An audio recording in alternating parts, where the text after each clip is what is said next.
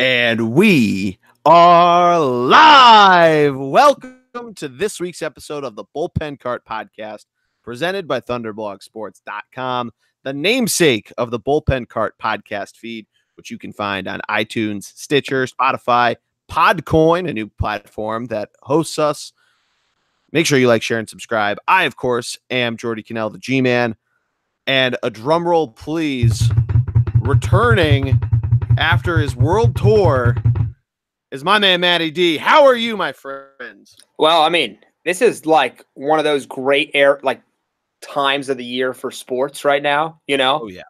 You got everything going on. You know, we just had the Masters, obviously. If you're alive and watch sports, you know that.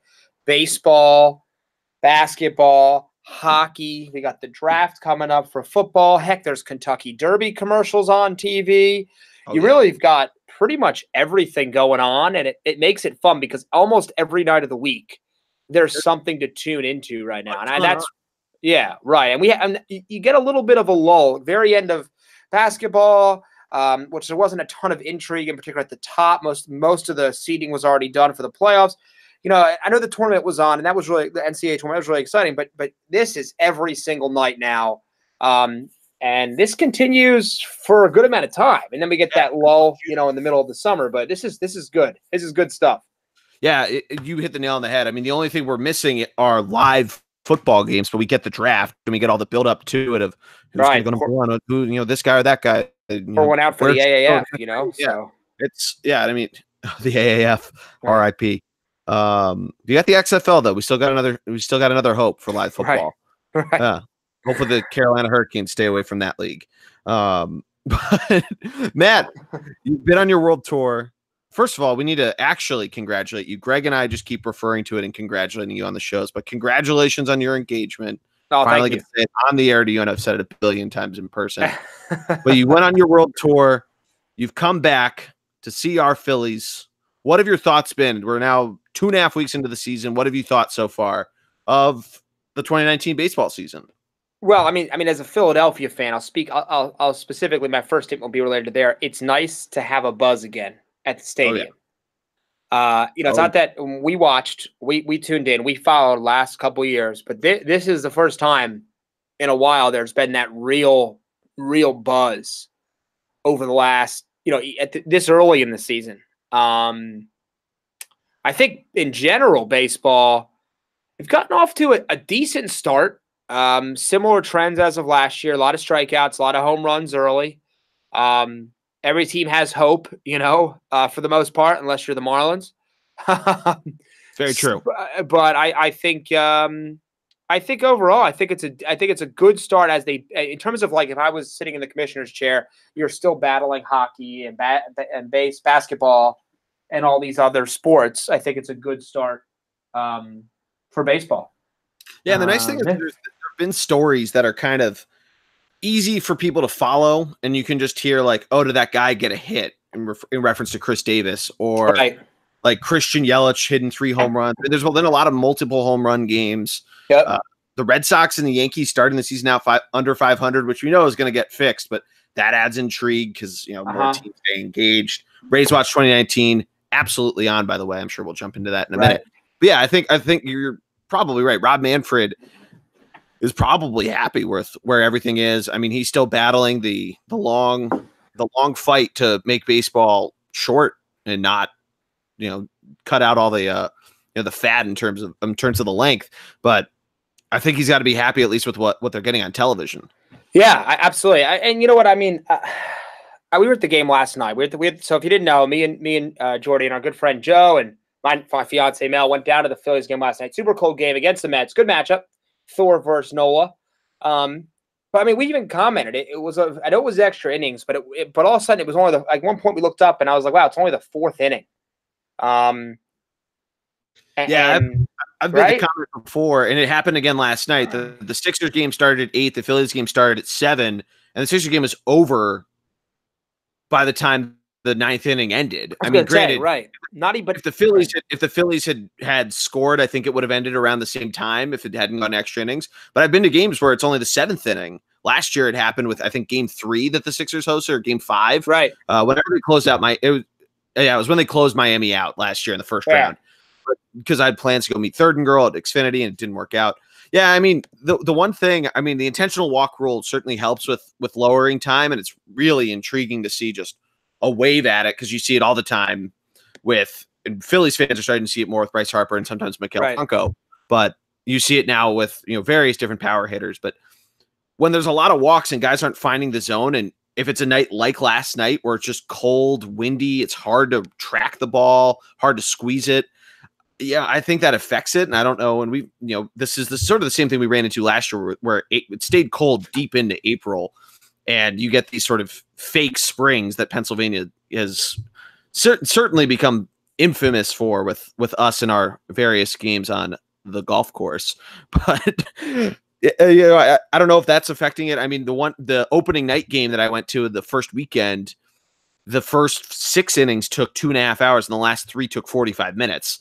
And it's because Jake Arrieta and I forget who was pitching for the Braves couldn't find the zone. There was 13 walks between the two of them, and then there was a number of 1, 2, 3 innings. So I mean, you obviously can't determine a way to, say throw more strikes, throw less walks without making the strike zone bigger, but which would be really dumb. I'm not advocating for that, but I think. But it's also, but I think I don't mean to cut you off, but I also think part of the reason you see that is because there's such this need, this requirement to get strikeouts, and so you watch a great pitcher throw really difficult, trying to strike guys out instead of doing what some of the greats did in the day. And I think of the Phillies with Roy Halladay, Cliff Lee, Roy Oswalt. They would throw low in the zone, create a ground ball out. Like, we don't see, they're so obsessed with the strikeout because the analytics say it's a good thing, but they throw so many more pitches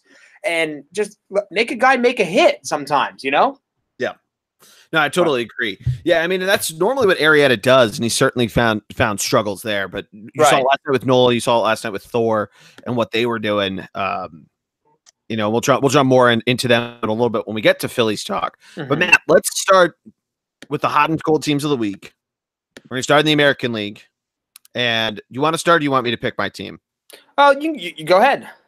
All right. So my hot team of the week, I mentioned Rays Watch 2019, but we'd be remiss if we don't talk about the Houston Astros, who started the season off pretty cold. They played a Oakland and Seattle teams that started the season in Japan. They had a little bit of a leg up on the rest of the American League of, getting an idea of what they were doing, even though they had to travel across the world and back across the Pacific Ocean. But the Astros are flexing their muscles, showing, hey, don't forget about us. The Mariners might be looking pretty good right now, but we're still the Houston Astros. We still have one of the best teams in baseball, one of the best rotations, one of the best rosters, and they're now first in batting average. They're fifth in ERA in terms of a staff. They're first in WHIP, which as a staff is sub-1, which is incredible. And the craziest thing about this, Matt, is that they're still 20th in Major League Baseball in terms of runs scored. Right.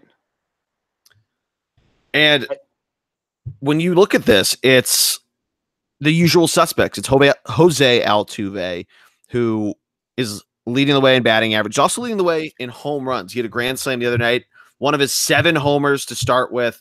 And then Verlander just really getting it done. We talked about it a little bit. Guy that goes for a lot of strikeouts. He is 30 at this point, but certainly well worth it with a 3.5 ERA. But the rest of that rotation too, Garrett Cole, Colin McHugh, they're looking pretty solid. And, watch out, because the Astros, if the Mariners cool off more than they are currently, this race might start to become a blowout pretty quickly. Yeah. No, I mean, you're certainly correct there. And, the Mariners have a hell of an offense right now. But with Trout's injury, the Astros seem like they're back on track. I mean, that's the hard part early in the baseball season, too. You look and you're like, wait a second, really? But, some of these teams, it's so early. Like as someone just mentioned to me, Aaron Nola, all these great pitchers are struggling, including our own Aaron Nola guy. Syndergaard, right. A couple other guys. So those things water tends to find its level. So I wouldn't be too concerned about any team at the moment. All set. All of that. Love that. Right, because there's some really good teams at the bottom of the state. I think the Rockies are 5-12. Yep. Their offense isn't hitting. Is that? And I don't want to take any thunder there from you. Is that? But so I think the Astros are coming back to where we thought they would be. They're still, to me, I think the super team, the number one team in the AL, and they have the opportunity to make some potential moves. Hell, they can even re-sign their own pitcher, Dallas Keuchel, at some point if they wanted to. Exactly. If they decide to go down. I'm saying they're going to, but yeah, hell of a pitching staff. Though you are correct down there too. I'll take the layup because you didn't take it. Mm-hmm. Although I do want to give a shout out to the Minnesota Twins, who are back in first in the Central. But I got to go with the Tampa Bay Rays. You're correct. 12-4 overall, 7-3 in their last 10, plus 38 run differential, which I believe is close. It's the top in the league.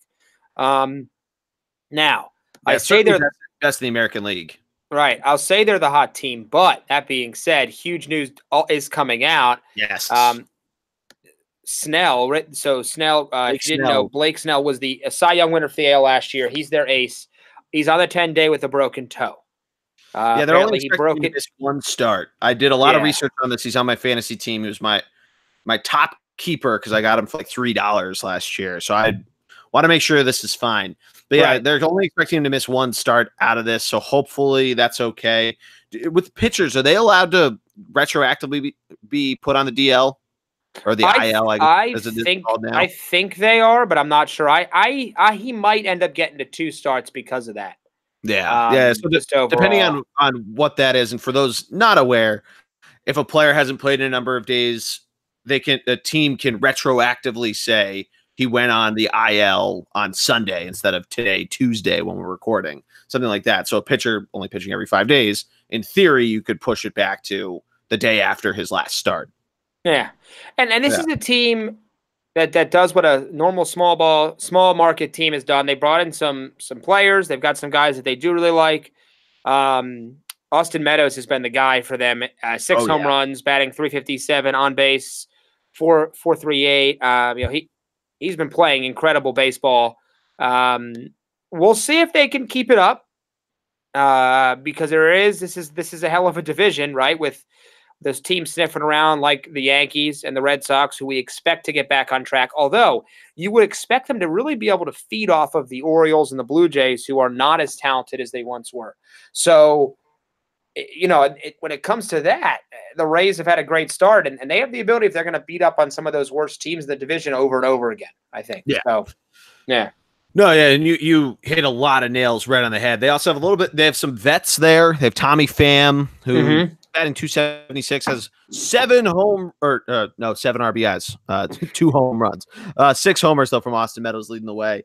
Brandon Lowe, 4 homers, 10 RBI.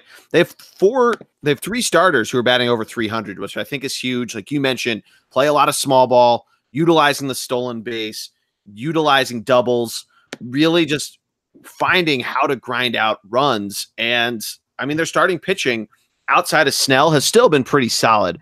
Tyler Glasnow has been outstanding. He's 3-0 versus Snell's 2-1 in 3 starts versus Snell's 4. But he's been great. Charlie Morton's been the worst of the regular starters, and his ERA is 2.81. He's only 2-0 in 4 starts.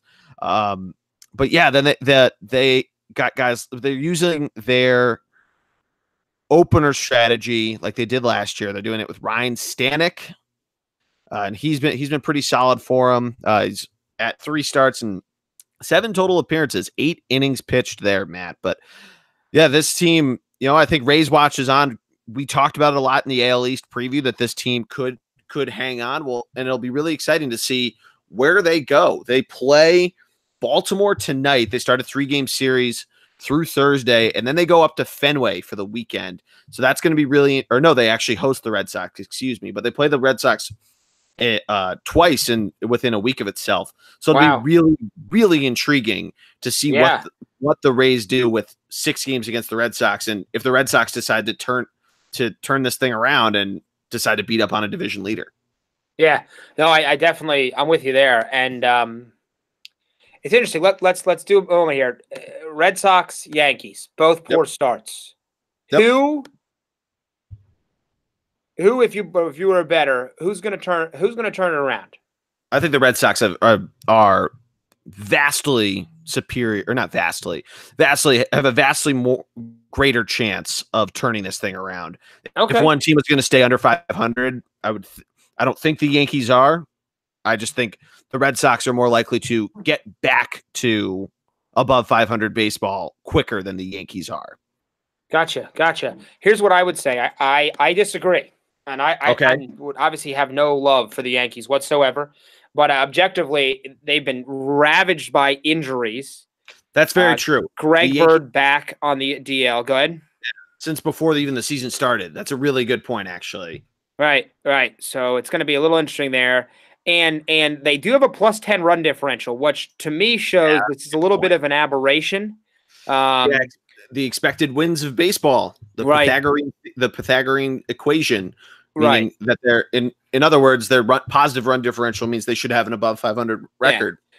Here's what I would say too. I mean, you look at I know we're 100 games away, right? More than that, but I'm making a general number, 130, right? 140 almost. Yeah, if you look around the rest of the AL, there's not a lot of deep divisions. No. That's the other thing. I mean, you look in the NL, we have a much different picture. In the AL, you think about the Central, Twins and the Indians. I mean, everybody else is in rebuild mode. You look at the West, the Astros, but the Mariners, the only other team there that seems to be in the win now mode. And so there's a lot of opportunities still to kind of climb back in, and it's just good teams weather the early struggles and move on. So we'll see what happens. Yeah, that's why I had to clarify of all my percentages with vastly, right? Because the Yankees and Red Sox are going to easily get above 500, possibly before the month even ends. Right. In theory, they should. There's still a half a month left to go. Yeah, and I mean, Baltimore's 3 games under 500, Toronto's 5 games under 500.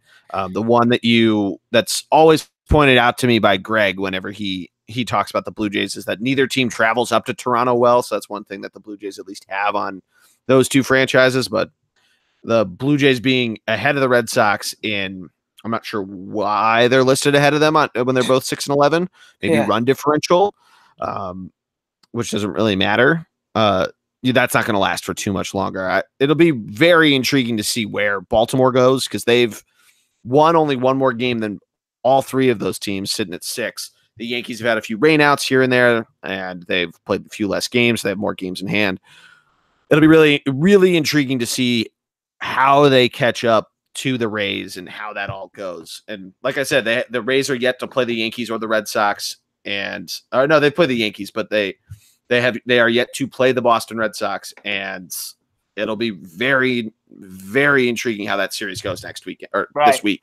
If you're not doing anything right now, speaking of the Yankees and Red Sox, bottom of the first, you got Chris Sale battling Aaron Judge in a 0-0 game. There we go. Up at Yankee Stadium. So baseball's already on. Yeah, good. This could be their opportunity to turn it around. And I am going to re-clarify myself. The Rays have not played the Yankees. They did play the Astros, though. Okay. Yeah. Gotcha. So I flip-flop, but yeah, it's on MLB Network since I have it on in front of me here, sitting down at the D Street Pub. So it's a live podcast, Jordy, from a bar. We're at D Street Pub. Just myself at the moment, though. Live from the pub, yeah. It's a local watering hole, really. We'll have to do one from there at some point. Yeah. Yep. But yeah, we kind of touched on them for cold teams. Is there anyone else in the AL that you want to shed a light on in terms of an ice cold team from the past 7 days? Not really. I mean, not teams that we think are going to be competitors. So I think in terms of what we're looking at, I don't think so. The only one you could give an honorable mention to, if you would, are the Mariners because they've lost 4 in a row, but they're still looking fine. They still have the most runs scored. They still have the 3rd best batting average. Pitching's in the middle of the road, but we kind of thought that when we saw this team come into play. But yeah, getting losing to the Indians on at home, letting Cleveland come in there and take a game from you. You see the rest of that series. Getting swept though by the Astros hurts because that's in division opponent. Almost setting up yourself for a divisional battle, if you will. But they had to come down from grace soon, and how good their offense is, you'd hope that they turn it around from a grand total of 7 runs over the course of 3 games when they were putting it up 7 runs a game during their 6-game win streak. Yeah, right. No, and speaking of the Indians, by the way, watch out. Yeah, Lindor is back. Oh yeah. So that's a big deal there too. So we'll see. This is a very, very, very, very good baseball team. Yes. So if you sleep on the Indians, that's a mistake. They will be back, and they are going to compete again. Even, by the way, Carlos Gonzalez, Cargo, is in Cleveland, a famous Rocky for many, many years. So he's made his debut. So, just pay attention. Some of these teams that are struggling, some of it's injury related. When you lose a arguably top 5 player in Francisco Lindor, and a very important piece of your team, he's back. So just keep paying attention. And you'll see some positives come out. Yeah, absolutely. Yep. Well, let's move over to the NL. Mm-hmm. Hot team in the NL, Matt. I'm going to start with you since I start with the American. Yeah. League. Yeah. Well, I'm going to give it to the San Diego Padres. There you go. 7-3 in their last 10. Now, they got a negative run differential, and I'm not a big fan of that, but it's good to see a team who went out and spent some money on a player. I know Manny Machado was one of the 2 guys everybody wanted, but so many teams not spending on free agents, and free agents still out there like a Dallas Keuchel or Craig Kimbrell. It's good to see a team that went out and bought something play well. So they've done a decent job. And they did lose 2 straight, but they're my hot team of the week, and it's good to see them at top of the standings over the Dodgers, who have come out firing. And quite a good start for Will Myers, batting .295 for them, former top prospect who is hopefully finding his footing this year, for that team.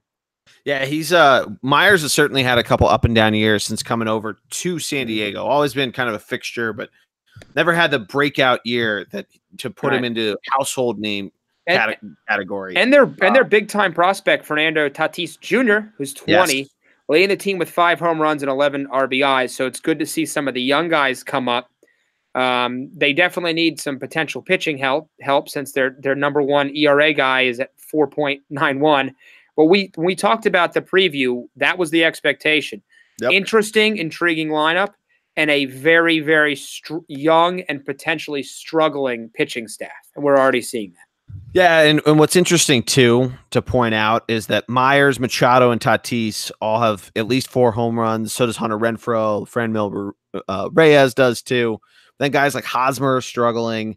You got Austin Hedges, who's at the Mendoza line right now. He's, so it'll be really intriguing to see if Myers cools off at all. Hopefully not. I'd like to see him continue going. If Manuel, if he gets, if he continues to get on base as often as he does, if like you said before, water finds its level, and if some of these guys start to dip a little bit, will the guys that are struggling to start the season in their regular rotation, like an Ian Kinsler who's batting 160, will they start to figure it out? So it's almost like a teeter-totter. You have to find that balance with them. And right now it's working. They're a first place team.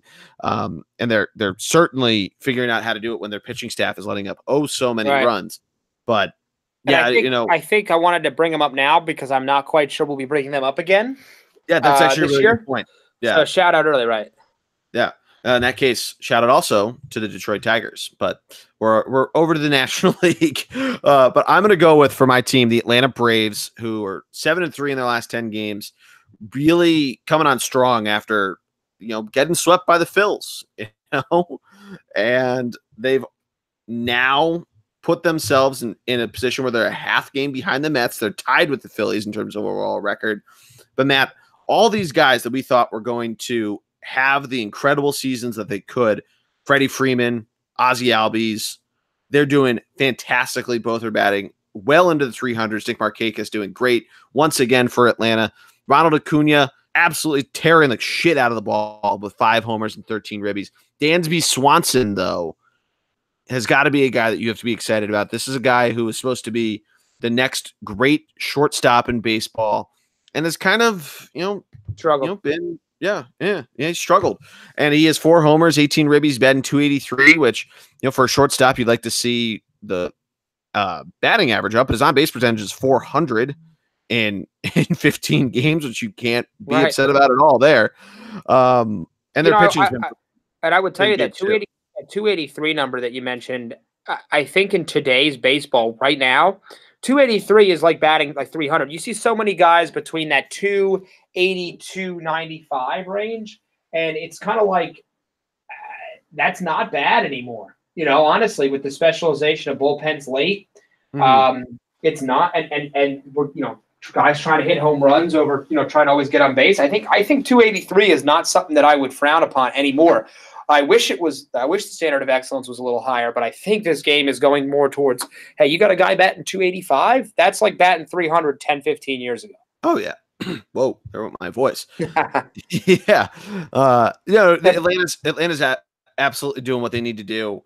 And, this is sort of what we thought and that they could do. Some people thought maybe that last year they, peaked a little too soon in terms of their youth, and maybe this would be a down year. But their vets are showing that that's not the case, and the young guys aren't either. And they've signed some big tickets. Albie's getting a nice little extension most recently, and I think Acuna is probably coming soon as well. Yeah, you'd think the way that these extensions have been working along the way, but it's scary to see as a Phillies fan. But it's baseball. Baseball needs the Braves to be good for extended periods of time. They can have down years, but then they need to come back at a certain point. Mm-hmm, mm-hmm. No, I'm with you. I'm with you there. Do you want to take the cold team? Yeah, start off with the cold teams, bud. Okay. Probably, I would argue, even over the Red Sox and the Yankees, the most disappointing team right now in the majors, I think it has to be the Colorado Rockies. They're my cold team, 2-8 in their last 10. Yes. Have won the last two, but they were an 8-game losing streak, negative 29 run differential, barely any offense. They're 0-5 at home. Haven't won a baseball game at home yet. Ooh. They go out and they sign Nolan Arenado. Well, he's leading the team in batting average at 254. That's not the new 300. No, sir. This team has gotten off to a very porous start, very based on this offense not showing up yet. We had talked in the preseason about how we really expected this team with Charlie Blackmon, Arenado, Trevor Story, Ian Desmond. We thought this was going to be a really, really good baseball team. I was very high on them battling in the I think we had them both to win the division. I think we did as well, because we thought the Dodgers might fall back a little bit. We didn't really love the other team's directions, and here they are, already 5.5 games back. Now, it's a long season, as we've discussed, but it's just a very porous start for this squad. I wasn't expecting it. But they've lost a lot of series. They have caught the Rays and the Dodgers, who were pretty hot, but they got almost got swept by the Giants in a 4-game series, which is pretty porous. And these are blowout losses, some of them. So yeah, and you hit the nail on the head with it, where Nolan Arenado's batting 254 and the team's batting just above the Mendoza line as a whole, 204. That's 27th in the league, meaning there are 3 teams that are worse than that. Right. But their pitching has been middle of the road, which is what we've come to expect out of this team. But when your leading RBI guys are Arenado and Story at 10, you have to think, especially at the ballpark they play at, where the ball just flies, they should be hitting the ball better. Right. Like you mentioned, they haven't won a game at home yet. And I don't know. It's something that you hope that they start to turn around and figure it out. And I think this is another case of water will find its level, because when a guy like Charlie Blackmon's batting 220, something's up, because that guy normally can just absolutely hit the piss out of the ball, both for contact and for power. So I don't know. I don't think it's time to have the panic button out and ready to smash it, but you really got to raise an eyebrow if you're a Rockies fan. Yeah, I guess what I would say is this: the thing that they thought they would do the best, which was hitting, they're not doing. No. And so sometimes that's not a bad thing. If they were smoking the ball, but they were giving up hundreds of runs, okay, well, we know where the problem lies. It might not be fixable, but the expectation is these guys, will go ahead and turn it around. The only problem with that is you don't want to fall too far behind a team like the Dodgers, who I think are still they're the only team in the division with a positive run differential. And they're bouncing back big time with a ton of power. And, if Kershaw ever figures it out, we'll see what happens. But so they can't afford to fall too far behind an elite talented team like the Dodgers. Oh yeah, absolutely. And speaking of Clayton Kershaw, it's tough for me to find a cold team of the week that's not the Marlins or Colorado, since you took them. So I'm going to go with the Dodgers, who are actually now won two in a row, but they lost six of their last 10 games after starting at a blistering pace. They've cooled off just a little bit, but they're still second in batting average, second in total runs scored, behind the Seattle Mariners. And their pitching's been okay. They just got Kershaw back last night. And looked great. And he looked great. Right. So, and he didn't pick up a win or anything. He did go 7 innings, which he'd only gone barely into the seventh inning in Double-A. He didn't even make it into the seventh inning in Triple-A. So, 10 Ks or 6 Ks, excuse me. I'm looking at Kenley Jansen right above him. 6 Ks through 7 innings with a whip of 7 or 0.7.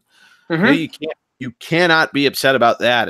And I guess what you got, I guess to be negative, they lost a home series against the Milwaukee Brewers, another team that are absolutely just tearing the cover off the ball. And St. Louis has gotten after him a little bit too. But they took care of the Rockies at the series finale on Sunday. They've beaten the Reds 4-3 last night.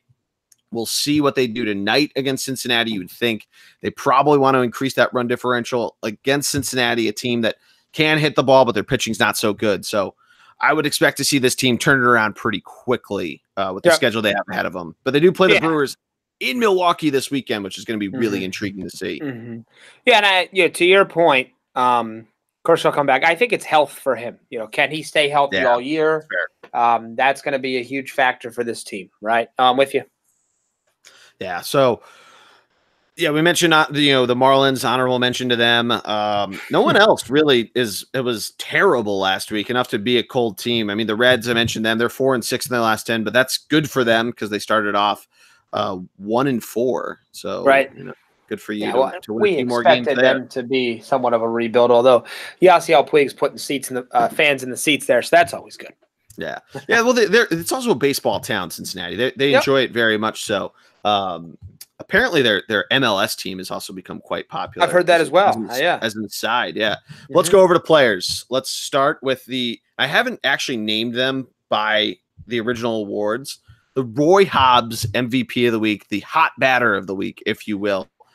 Matt, we'll start in the American League, and I'll kick things off. I am going to go with Austin Meadows. We talked about him a little bit. In the last week, he's hit 4 homers, 11 RBI, 12 hits. He's 12 for 22, over 500 batting.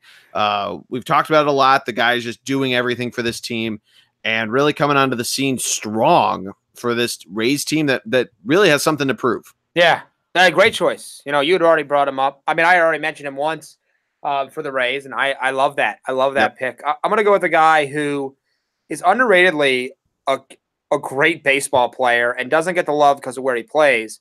That's Chris Davis over with Oakland. Chris with the K. Chris with a K. He's been doing this for enough years.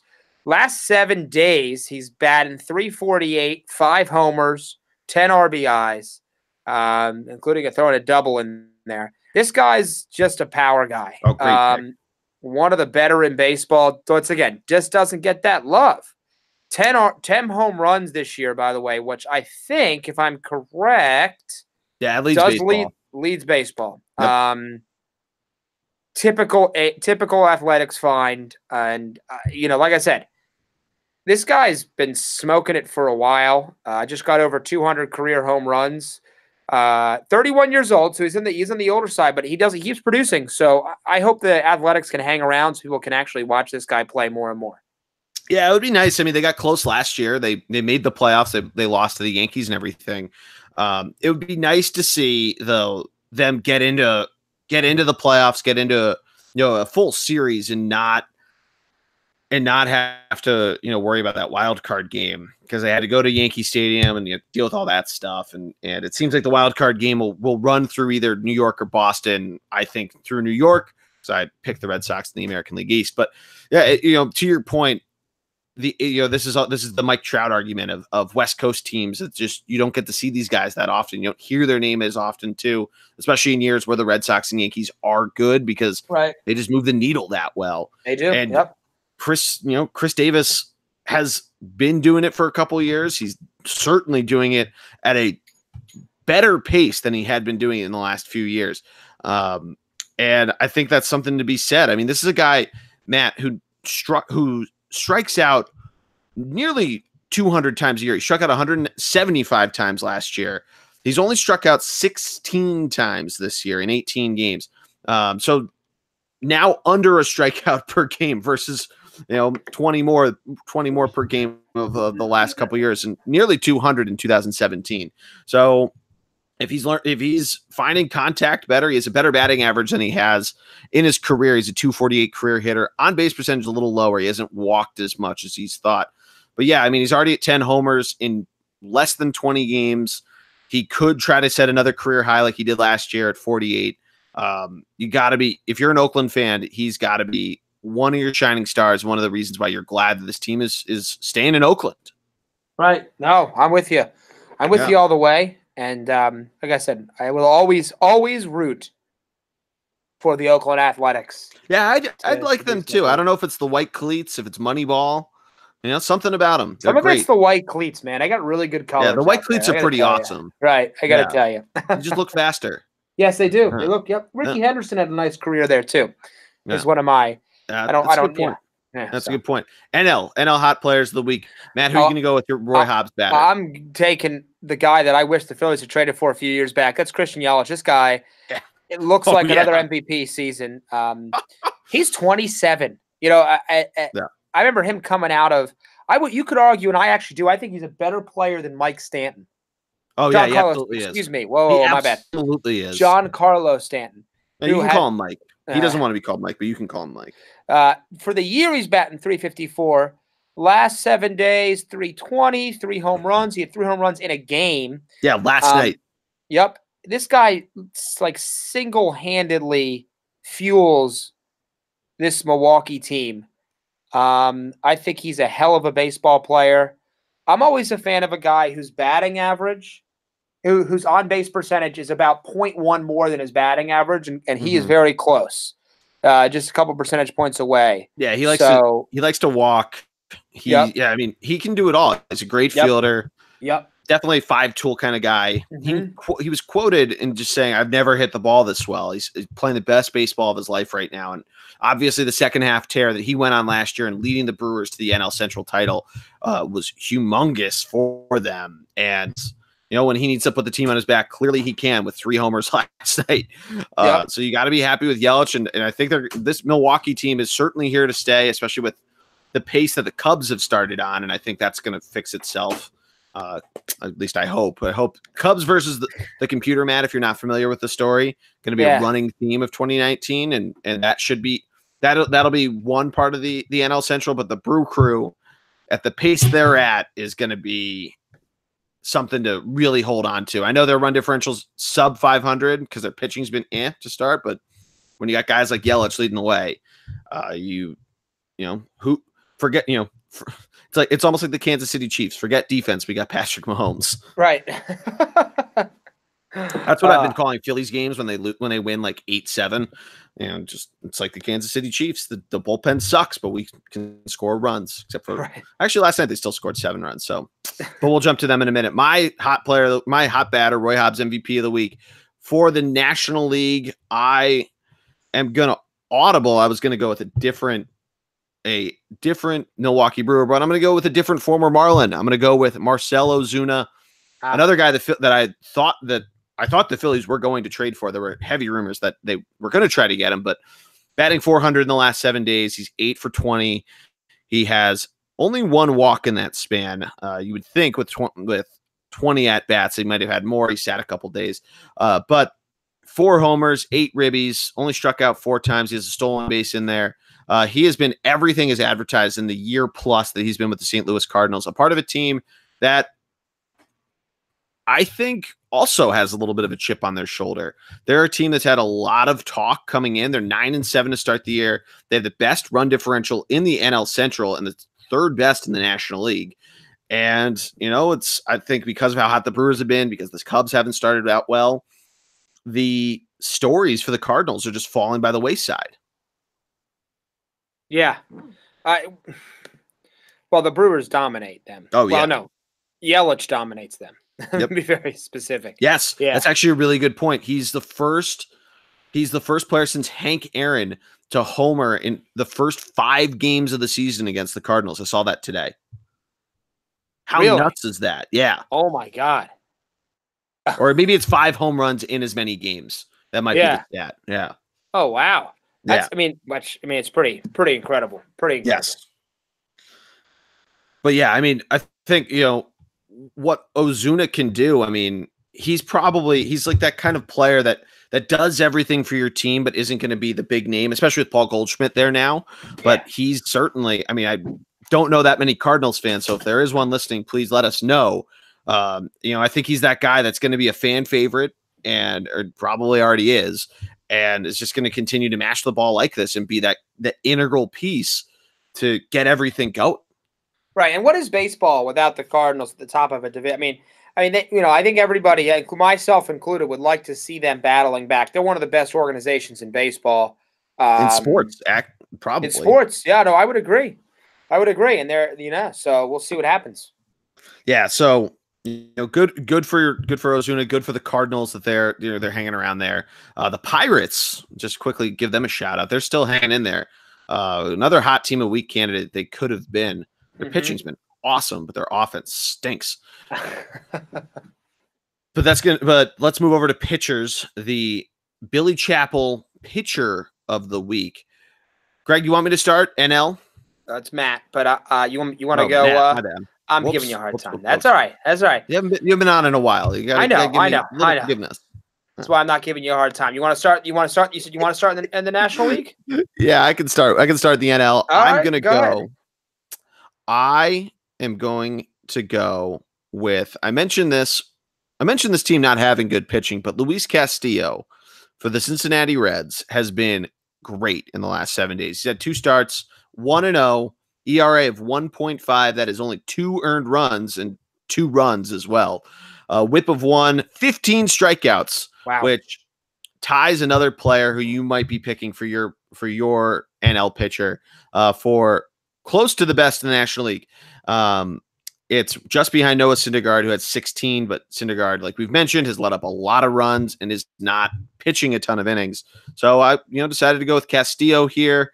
That Reds team, that they certainly have their struggles, but Castillo's been a guy kind of who does this. He has these good stretches and could be a guy like a Kevin Gausman coming out of the Orioles, going to the Braves. That could be a guy on the move that doesn't seem like it's that huge of an acquisition, but could make a ton of sense and pay a lot of dividends. Yeah. I'm with you there. I'm going to go with the guy. I wanted to choose him because you had mentioned that this team has actually done pretty well. That's Chris Archer. Now he is going to be suspended 5 games, but his overall two even ERA. He's only 1-0 on the year, but last 3 starts he went 5, 6, 7 innings, 0, 3, 1, and 3 earned runs. I just want to give him a shout. This kid's a very good young pitcher. Came over from the Rays, and he's performed well for a team that we don't think has a lot to go. I've been impressed though. Yeah, he's certainly been great, and obviously he's probably close to coming back. If I'm thinking correctly, because the fight was over a week ago. I know he appealed and everything. I forget when it actually started. Yeah, so his suspension started Sunday. It started Sunday. Okay, so he 5 games. He basically appealed for a week. Yeah, right. So he's gonna miss a start this week. Yep. But no, that's a great pick. He definitely deserves a lot of shout outs there. Who do you think I was going to choose?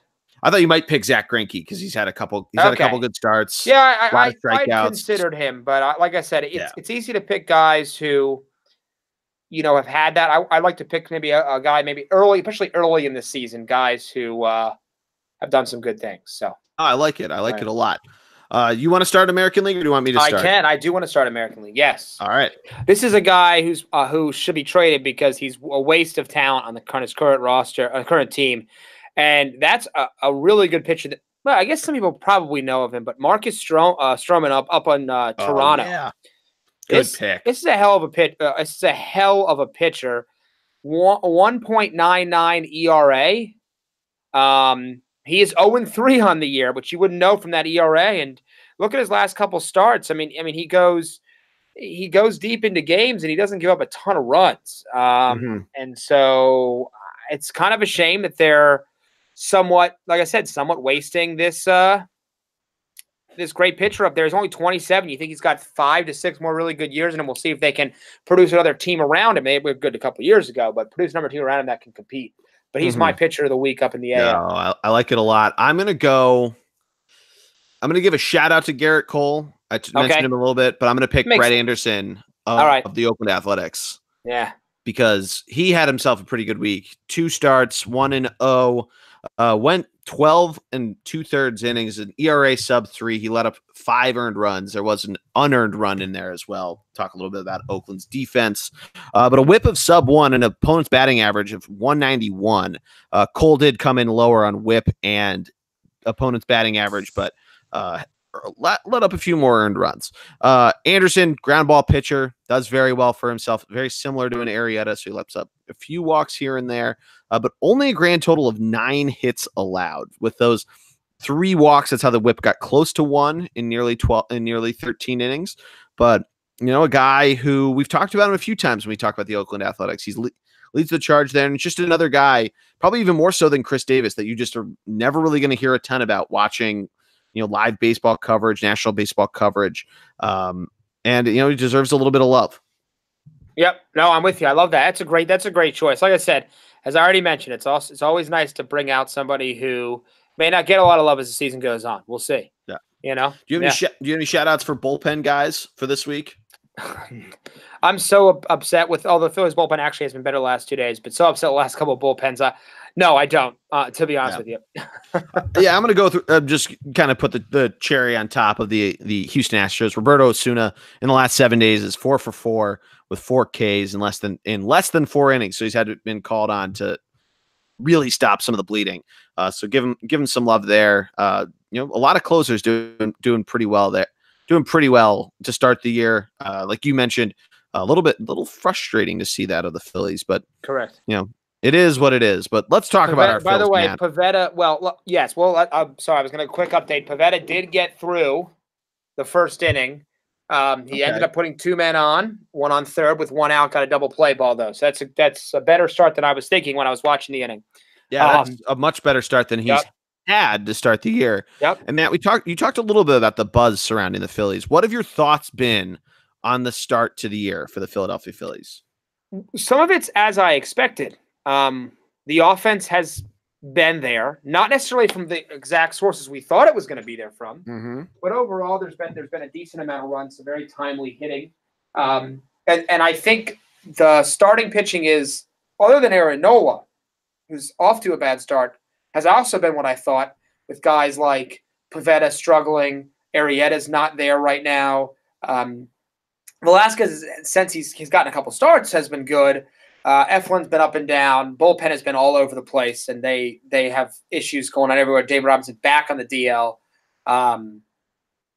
So the buzz is there because of the big names in the lineup, but I don't know. But I'm actually not surprised by their current state. They're not awful. They're just not blowing everything away. So yeah, the offense does pretty well, and they can score runs in bunches. And I'm going to keep saying it every week. The bullpen is the main crux of this team of how they're going to do, and they've been impressive over the last couple of days. Obviously, they had the 14-inning game against Miami on Sunday. They had an 11-inning game against the Mets last night, and we saw what happened last week when the bullpen had they've been used a ton in Aaron Nola's now second most recent start against the Washington Nationals, where Gabe Kapler had a choice to make of keeping in Aaron Nola for the 7th on a cold, windy night, decided to keep him in, let up 2 home runs, and then all of a sudden it goes from a 6-1 game to 6-5, and we're a strike away from winning the game. But because you use your late inning guys who have started to find their way. Sir Anthony, David Robertson was looking like he was before he got hurt. Pat Neshek's been great out of the gate. And even at times, Hector Neris has looked okay, although I don't like him pitching as late into the games as Gabe has been using him. I'm fine with him as like a 7th inning dude. But they still blow it because those guys just weren't available. In fact, actually, Neris had been used earlier in the game, and they brought in different pitchers to try to close this thing out. I mean, in that case, just use Neris as the closer. But yeah, I think. But offensively, you got to be excited about what the Phillies are doing. You've seen a couple struggle of games where they haven't been absolutely electric. The day after that game where they blew the game. The Nola start against the Nationals, they lost 15-1. That was when Jared and I were recording last week's episode. Really bad night there. They exploded their first game in Miami, and then Saturday another power outage. But they actually were able to scrap together a few runs late in that game against that Miami Marlins bullpen, and then winning only 3-1. It was a bummer to see, but they certainly are figuring it out here and there, and this team really does have a lot of guts and grit to be able to claw themselves out of these situations. Yep. No, absolutely. And interesting lineup tonight, by the way. We'll have Scott Kingery at third. Yes. Macal Franco at first with a wild-looking glove. And Aaron Altero will get the start in center field. Yes. Herrera. I had a moment there. Herrera will... So Realmuto's batting fourth, and then actually Kingery will bat fifth. They want to keep that bottom of the lineup together. It's really interesting that they're doing that. I mean, it's nice that they're experimenting with Kingery at third. Yeah. We saw Reese hobble off, but he still played the rest of the game with after sliding into second base last night with an ankle. Yeah. If it seems like a minor ankle sprain, I think he's just getting a night off for precautionary measures. There's nothing that really is, I think, over the moon. Yeah. But we had discussed the fact this team has like no bench. Yeah. Kingery is their only backup infielder. Nappett's catcher. Altero and Williams in the outfield. That's it. I mean, there's nobody else, for them to have. So it's an interesting. It's early. I mean, they're going to have other guys at some point. They may even bring a bat in. But it's an interesting grouping right now. By the way, update: McCutchen got on base with what I believe was an error. Segura just hit a double, and then Harper is up second and third, no outs in the bottom of the first. So all right, might be a decent start for the Phils tonight against Mats. So we'll see what happens. Yeah, we'll see what happens with there. I mean, obviously they started to get to Thor a little bit. We'll talk in a few moments about the possibility of a banned substance on his glove, but. Yeah, Matt, any other thoughts that you have on the Phils there? We'll get into some of the stuff that we saw at the ballpark, too, when we get to some of our end segments, if you will. So, that's what I got now. It's still too early to completely pass judgment on everything here. So, enjoy the early season and wait for that. I can't wait after last night for that warm weather. Oh, yeah. I mean, yeah, it's been so nuts about how this weather weeknight games have been terrible. Weekend games have been awesome. I guess that's good because the weekends are nice and the weekdays suck weather-wise. But if you're going to a baseball game, it's not a ton of fun there. But yeah, let's jump into some of those fan favorite sections. And before we do that, and Matt, I'm going to cut this part. Did your mic get disconnected? I don't know. Can you hear me? I can hear you. It's just your volume went down a little bit. Oh. Okay, not sure. I'll take a look though. Yeah. Okay. Right. Just double check, and then we'll keep going. Yeah. How about now? Is it any better? Maybe it's my headphones. Hopefully not. How long ago did it happen? Like a couple minutes ago. You're like, it might be my headphones, so you might be fine there. All right, because nothing has changed for me. That's okay. Yeah, let's not mess with it and just hope that when we're and when I go back to edit, if I need to increase you, I do. Like the little like green bars next to your name are still coming in at the same rate. So I think I think you should be fine. Gotcha. Harper just took one off the wrist, by the way. All right. Bring us back in. Bases loaded though. Harper just took a ball off the wrist, but bases loaded, no outs. So that's good. All right. 3, 2, 1. But before we do that, Matt, I think it's time that you talk to our friends about our friends. Actually, I'm going to restart this. 3, 2, 1. But before we do that, Matt, I think you should talk to our fans about our friends over at Schneckbook. Well, I mean, it's a great time. We just talked about how busy the season is. You know, if you had given Schneckbook a call, jumped online, sent him a carrier pigeon about the Masters, you put money Game of on Thrones is back. Tiger. Say again? Game of Thrones. Yeah, I guess a Raven. Send a Raven. Send a Raven. Yeah. You know, you missed out on making some money through Schneckbook on the Masters, but you still can jump in now. We got plenty of baseball on. You got the NBA on. You've got the NHL playoffs, but well, Schneckbook doesn't do a lot in the NHL playoffs, but we'll get there. We'll get there. So we're working on him. Open that. Give him a nudge. Yeah, but he is all about you diving into the NBA right now. In particular, putting money down on the Sixers and how often Ben Simmons gets booed per quarter. And so if you want to jump in on that, take a look. Yeah, the prop bets that are on Schneckbook are absolutely insane. I mean, the boo count, Logan has these crazy algorithms that he's written to get everything down to a T. If I'm up in section 203 in Emily's seats, he hears it and he marks this stuff down. It's incredible what he does. If he's offering something, you better take it because it's probably going to be the best offer out there. And Matt, what is the code that our listeners need when they go to Schneckbook? The code right now, and once again, I mean, these change, so don't always hold us to it. But right now, what we're looking for is, once again, we're going to go back to a fan favorite, Ravaged, Ravaged, Ravaged, just like the Brooklyn Nets are going to be moving forward, or the Tampa Bay Lightning, who are losing 2-0 in are game. They down? They might get swept. A little hockey talk, quick. The three of us were dead wrong on our picks of that. Actually, I think Jared might have had the Blue Jackets winning, but he had them in 7. He didn't have them sweeping. But yeah, let's get to the fan favorite segments, Matt. It was your first time at the ballpark. Let's do some stadium snacks. What did you think of the food your first time here in 2019? Well, you know what? When you go back to the ballpark, for me, the first time of the year, I had to dive right into a fan favorite. I'm a big Italian sausage with the peppers and onions. Was as fantastic as expected. Did get all over my jeans, but other than that, it was fantastic. So a big fan, and our friend Joe went back to the old school peanuts. Oh yeah, which is always nice as well. So just a traditional stadium snack, a return of the classic, which is just always so good. Oh yeah, absolutely. And we got to check out Pass and Stow for the first time, the new bar that was built to replace McFadden's. They split it in half.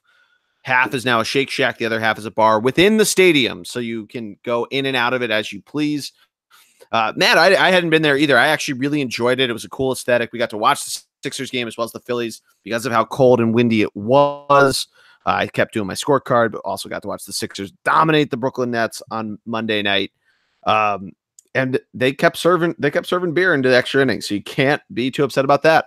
That was very nice. A very good vibe in there. Very good vibe. Seems like a good place. Love to go out to the beer garden outside when it's a little warmer.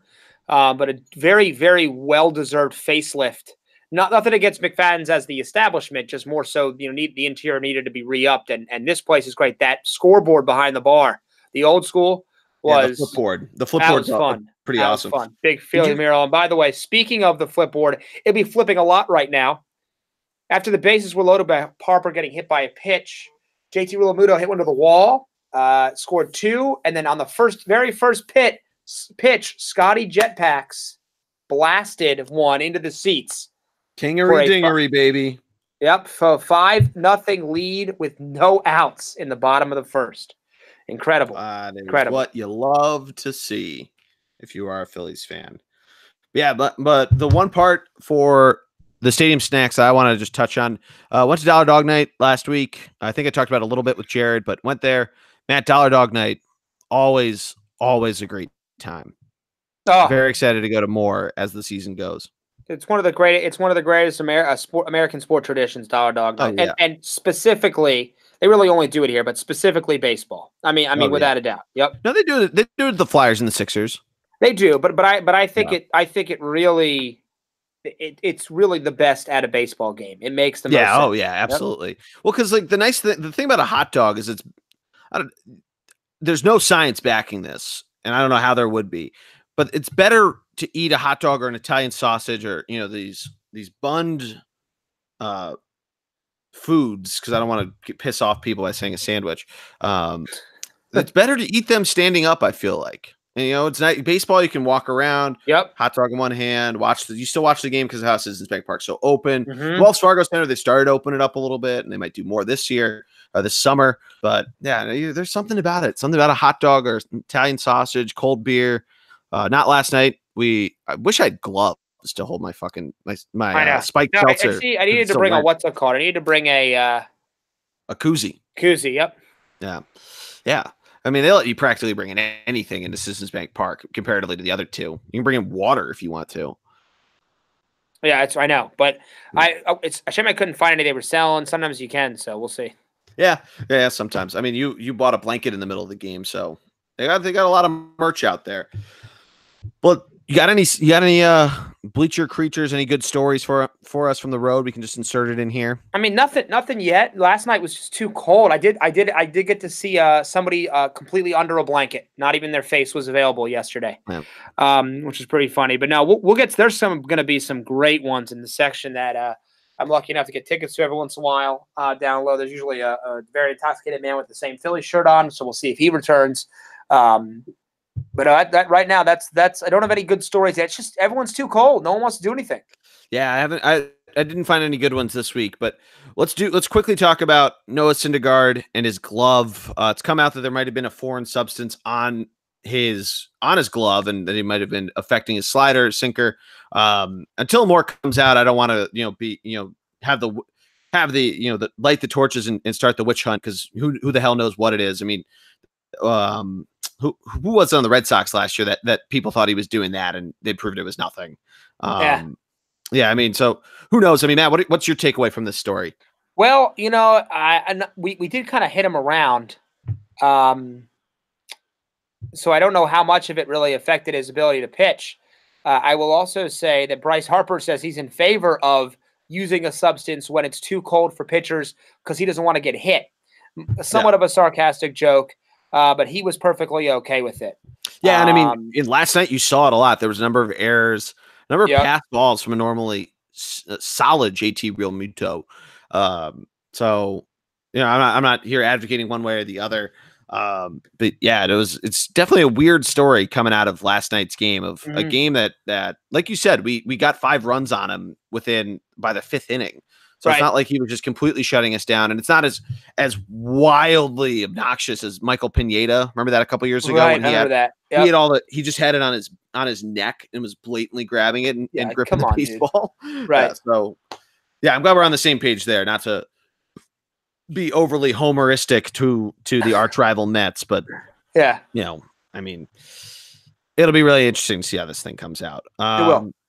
Anything else? Any other good stories that we need to talk about? That's what I got. I will let you know that. Let's see. Oh yeah, it's a massacre. 3-run shot by Maikel Franco.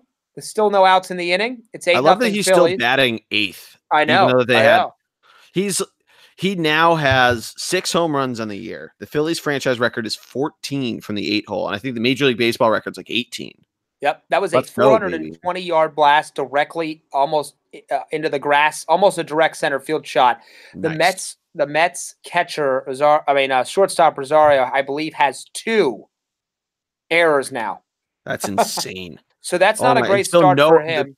The pitcher is coming up, and there are no outs. No outs. Let's see what Pivetta does, though. This will be a good test for him of how does he pitch with an 8-run lead? Yep. Does it give him the confidence to kind of figure some stuff out and really get it going? Amazing how baseball works. So Mats only has 6 earned runs, now against him because 2 are considered unearned because of the errors. But once again, he's clearly not. They're already bringing in a reliever. He clearly doesn't have it tonight at all. So we'll see what happens. And there's a chance somebody else might be injured, but I'm not sure yet. He looks bad. Who's injured? I don't know. One of the outfielders I couldn't see, was on the edge of my screen, was kneeling down, and people were running over to him, but I'm not sure exactly what's going on yet. All right. Well, let's go both check this out and wrap this thing up. Thank you so much for listening, everybody. Matt, thank you for jumping on. Excited to have you back. Excited that you're back stateside. Congratulations once again. I know it's going to be a fun time to celebrate you guys throughout this process. Of course. And I'm looking to celebrate some more Phillies games like this, get down to a game. If you haven't gone, get down to a game. If the Phillies coming to town, go and watch. The Phillies have lost 6 games, and I've seen 3 of the losses. I'm 1-3 right now. Wow, you need to pick it up a little bit. Yeah, but I had a good first win, and yeah. But we'll see how it goes, I guess. I'm going Wednesday, so that should be a lot of fun. But that's going to do it for us. Make sure, like I said at the top of the show, like, share, and subscribe to the podcast. iTunes, Stitcher, Spotify, Podcoin. Search The Bullpen Cart. Find us on Twitter, ThunderBLG. Jordo9 for me, Nat DeStefano21 for Matty D. Find us on Instagram and Facebook, Thunderbug Sports, just like the website, thunderbugsports.com. And for my man, Matty D, I am the G-Man. Have a great weekend, everybody, and go Phils.